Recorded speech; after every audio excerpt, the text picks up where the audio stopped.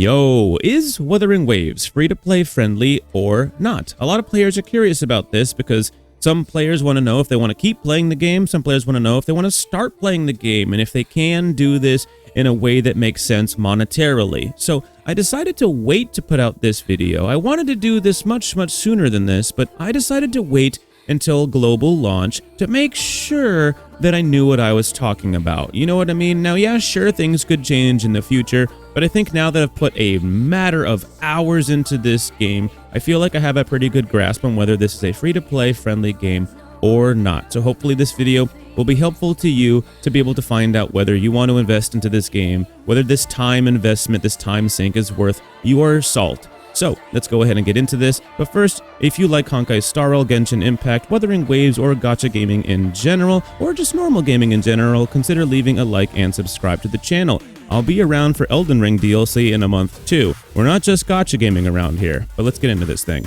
I need to first start by saying the obvious. Wuthering Waves has been very generous to us on launch. There's a lot of rewards, and there's even more rewards for us on launch than were originally intended because the game did not have a perfect launch. It was a bit rocky due to some performance issues that some players were experiencing. I personally haven't experienced literally any problems with the game so far, but I'm not going to sit here and act like it's not happening. People have been expressing their concerns, and people have expressing that they have had problems with this, so it does exist and it could technically happen to you. They're releasing hotfixes literally every single day, improving the game every single day. I've heard from people in my comments that every single time they experience a hot patch fix, that it actually does improve their gameplay experience. And some people that aren't getting that type of positive impact from the hotfixes are just going to wait about a week or two before they start playing so that they can work out the kinks. But this does mean that the start of the game has been very generous to us. But it's not always going to stay that way, obviously. People are more concerned about how 2.0 or 3.0 future patches will be, because obviously launch is going to be very generous, but will it always remain so? Wuthering Waves has taken a lot of the greatest things from games like Genshin Impact and Honkai Star Rail and a lot of other really great gacha games. It's a culmination of everything that Wuthering Waves and Kuro Games have learned up to this point from all of the other successes of every other gacha game to exist up to this point. That means that they understand that if they want to make money, which it's the developer, that's what they're there for, is to make money, they need to make a good game first. They need to make the free-to-play experience a great experience for everyone to enjoy. Because believe it or not, free-to-play players are very highly valued by gacha gaming developers. Here's why. Free-to-play players are the players that play the game when nobody else will. What does that mean? Free-to-play players have to grind more than other players do. What does this cause? It creates what's known as player retention numbers. Player retention numbers are what developers use to show their investors that their game is a success, that people are interested in playing their game and play their game regularly and log in every single day. Free-to-play players are the best tool that developers have to show investors about these player retention numbers. What does this end up causing? Well, the developers end up getting a ton of investment money every single quarter from these investors. There's 4 quarterly reviews every single year, and every single time these occur, they get either more money or less money, etc., things get negotiated, yada. But they end up actually getting money from free-to-play players, but not from them directly. They get it from investors that see the numbers, and they end up investing into the value of the game because they see the value of the game going forward. With this knowledge and awareness, Kuro Games have implemented a lot of great free-to-play strategies into their game, because what they want to do is make the free-to-play experience very fun and exciting, and they want free-to-play players to stick around. The longer a player sticks around, the more comfortable they become. The more comfortable and happy a player is, the more likely they are to eventually spend money in the game. Using myself as an example, in Honkai Star Rail, I have 2 accounts. Because I'm a content creator, I pull every single character in the entire game to prove what I say is actually true and valid. And the only reason why I ever put money into that game was when Acheron came out, and I just decided to treat myself. It'd been a whole year. I'd created a channel that sort of like is very heavily surrounded around Honkai Star Rail, so it just felt like something fun to kind of like reward myself, I guess you could say. I didn't have to do that, I just sort of wanted to. And guess what? At the end of the day, Hoyoverse got my money. It worked. The strategy worked. But that does mean the game is free-to-play friendly. I never had to do that.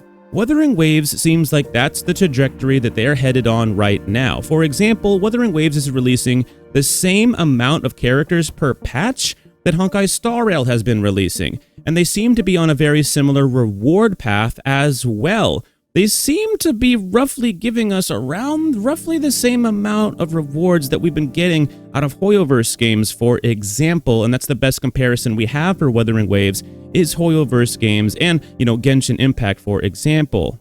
And we already know, because Genshin Impact is very well established and Honkai Star Rail's been out for over a year now, that both of those games are free-to-play friendly. And if Wuthering Waves is sort of copying a very similar formula to that, well, Wuthering Waves is also going to make their free-to-play experience very fun and enjoyable as well. Could this eventually change someday? Yes. In full honesty, it could. But it's not changing, at least right now, for the foreseeable future. It could eventually change one day. This video has the potential to age like milk. But I wouldn't be making this video with this narrative if I didn't very heavily believe in it. So if you couldn't tell by this point, I do believe that Wuthering Waves is a free-to-play friendly experience, is a free-to-play friendly game. But allow me to continue to sort of prove that point and show you with some examples based on my Wuthering Waves experience on the global launch up to this point. But before I potentially bore you with what's been going on my account, which, spoiler alerts, you're gonna be pissed when you see how lucky I ended up getting last night and how lucky I've just been in this game in general. Spoilers on that, but I'll show you that in just a little bit. I just wanted to first of all say that there's an open world experience with this game, obviously, and there's endless content in this game technically. There's always going to be something to explore. There's always going to be echoes to farm. The ecosystem will always be there, and you can always endlessly farm echoes. And because there's a shiny system attached to the ecosystem, there will literally always be something for you to do, especially since the co-op experience seems like it's very promising in Wuthering Waves as well. Imagine getting into a Discord call with your buddies and going around the world using the, I believe it's called the detect system in Wuthering Waves, and looking around for different mobs. You can use the detect system to literally go shiny hunting and go echo farming all across the entire world of Wuthering Waves. And you can just sit there with your buddies farming endlessly, and it's something that free-to-play players and every player in the game will have to do for a long time going forward. That shows longevity. That shows free-to-play friendly. That's something that's just good for everyone. And as far as the rewards go, going forward with Wuthering Waves, they seem like they're going to be pretty darn solid. Now, yeah, sure, it won't be anything compared to launch. Launch experiences in gacha games are sort of inflated. They always give you a ton on launch, and then things sort of normalize as time goes on. But the trajectory seems like it's pretty darn solid right now. And I, for example, am free to play in the game right now. I don't have any alt accounts. I haven't re-rolled ever in this game. I plan to kind of keep it that way. I don't think I'm going to end up doing any alt accounts unless I want some content to farm or something like that at some point. Maybe I'll end up doing it then. But I am a content creator, so if you do see me pulling in this game, or if you see me eventually not free to play, don't feel pressured like you should have to do that. Bro, I'm going to want to pull every single character in this game to prove my worth to you, to prove that I know what I'm talking about, and prove that these characters are good, or that this system exists with the character, that this character does this character's mid, this character's good, this character's bad, etc., etc., etc. So if you see me spending, that doesn't mean the game's not free to play. That just means I'm doing my job. You know what I mean? So just keep that in mind. Alright, so let's go ahead and take a look at some of the stuff that's been going on my account. And full disclosure, I'm completely free to play, which is one reason I'm obviously trying to show you guys this. I also haven't re-rolled in this game whatsoever. And so the stuff I'm about to show you is stuff that literally every person can achieve in this game if they just start playing the game as a free-to-play player. So let's go ahead and take a look at this here. So my game plan coming into this was I want Kilcharo, and because I like him, I think he's super cool, I think he's great. I also wanted Genshin because I like her design, I think her gameplay is awesome. And obviously Verena, a lot of people are talking about her. She's incredibly meta, strongest healer in the game, some of the greatest buffs in the entire game as well. Those were the three that I wanted. And there's nothing wrong with Ling Yang. He's incredibly good. I've glazed him up in other videos as well. It's just not my favorite play style. And Encore as well. Incredibly strong character. Lots of fun. I just rather would have pulled Colcharo because he does require a little bit of extra effort in combat. It's not that much, but I like the challenge and I love it. And he's also incredibly strong without having to really miss out on anything. He's also going to be an incredibly strong pairing with Yinlin. And so Yinlin, Colcharo, that combo, I really wanted to play that. And so that's kind of where my head was at. So what ended up happening? So with these characters, you get 2 5-star characters of your choice in this game. Literally every single player gets to do this. We get a free voucher in the mail that many of us have already activated. And as you can see here, this beginner choice convene allows us to choose for the first 5-star that we get from that banner. We're able to choose one of these 5-star characters, allowing us to have 2 5-star characters off of this standard banner, which gives us a lot of freedom and a lot of choice to be able to build for our account. So what ended up happening for me? Well, I ended up getting Colcharo very, very lucky off of that novice banner. You know, the novice banner that gave us one random 5-star really, really early on? I just got lucky and I ended up getting Colcharo. And if I got Ling Yang or Encore, I would have been totally happy with that too. I would have been super okay with that. So what did I do with my voucher that we just got in the mail literally yesterday? Well, I pulled Genshin because I really like her playstyle. I think she's great. I think she has sub DPS functionality that's very reliable, very good shielding, and she also can be like a main DPS in disguise. So I obviously felt that there was a lot of value there, so I went for it. And so now what am I going to do with this particular convene right here, this cleansing reflection? Well, now that I have Genshin, I don't have to go for her here. So what I can do is I can go for Verena now. And now, those 3 characters that I wanted from the start before the game ever even launched, I'm going to get them. I'm going to get everything that I want. I just have to pull a little bit more on this banner in order to be able to get it. So is this game free-to-play friendly? I mean, the writing's on the wall. Obviously, it's free-to-play friendly. And yeah, sure, you might be saying to yourself, well, this is just the start of the game, Pancake. What's going to happen in the future? Well, dude, if you start the game with, like, more than half of these characters on your account, what more room is there even to improve? You might be wondering to yourself, what about power creep? Well, we need 3 teams in this game for the end game content. So it's really, really hard to power creep characters in this game because they need to get power creep not just 1 time, not just 2 times, but like, you know, 3 times, 4 times, or even more for your character to become irrelevant. And just so that you guys are aware, some of these 4-star characters are practically like 5-star characters in disguise. You know what I mean? Like, some people think that Chishia is like all right or whatever, but look at what happens once you start getting her resonance chains. Let's take a look at this first resonance chain. Resonance skill boom boom hits will always be critical hits. Bro, do you even need crit rate on her for her to be viable? Bro, you can just hyper focus crit damage with something like this. That's insane. Her base level is not all that high, admittedly, but once you start getting her resonance chains up even higher, it starts to become very powerful. During Resonance Liberation Blazing Flames, for every 1 target defeated, Chishia recovers 5 resonance energy, up to 20 each time? What the heck? That's crazy. And every single one of these resonance chains, by the way, gives you a very noteworthy buff. If we were to compare to Honkai Star Rail, several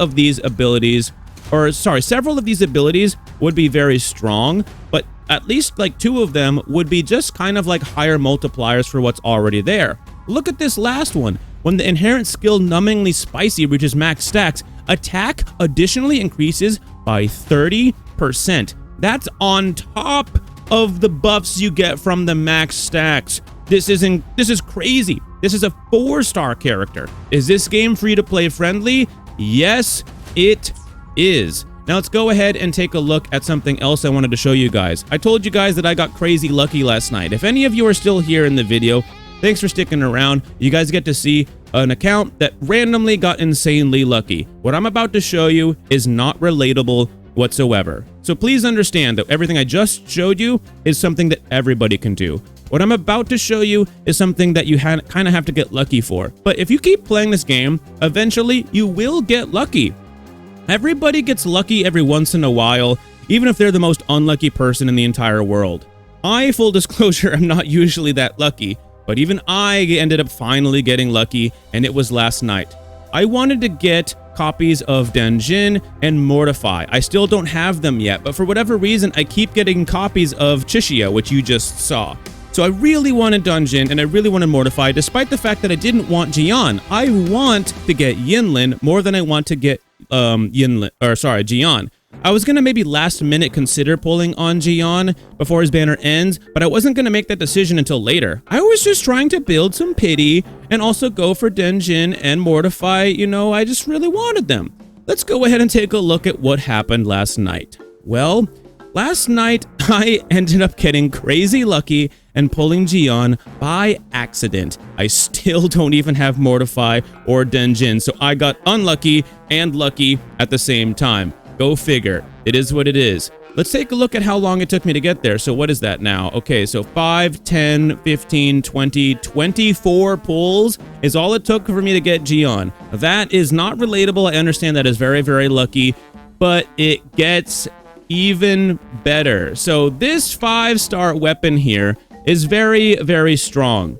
It's the best broadsword in the game right now. So this is currently Jian's best in slot weapon. It's also Kolcharo's best in slot weapon as well. So there's a lot of value to this weapon, and I was considering pulling for this weapon for my Kolcharo, not even for Jian. And then I ended up pulling him. So obviously the thing crossed my mind. I was like, bro, I was getting antsy. I was like, bro, what if I get that weapon though? What about that weapon though, man? What about that? What if I get that weapon, dude? Do you think I could get that weapon? What if I rip a 10 pull on the standard band? What if I rip it one time and oh my God! Yeah, in one 10 pull, I not only got the 5-star broadsword, I got the 4-star broadsword. So now I have options, and I even got Yang. Oh yeah, who cares about that, right? But I got a character.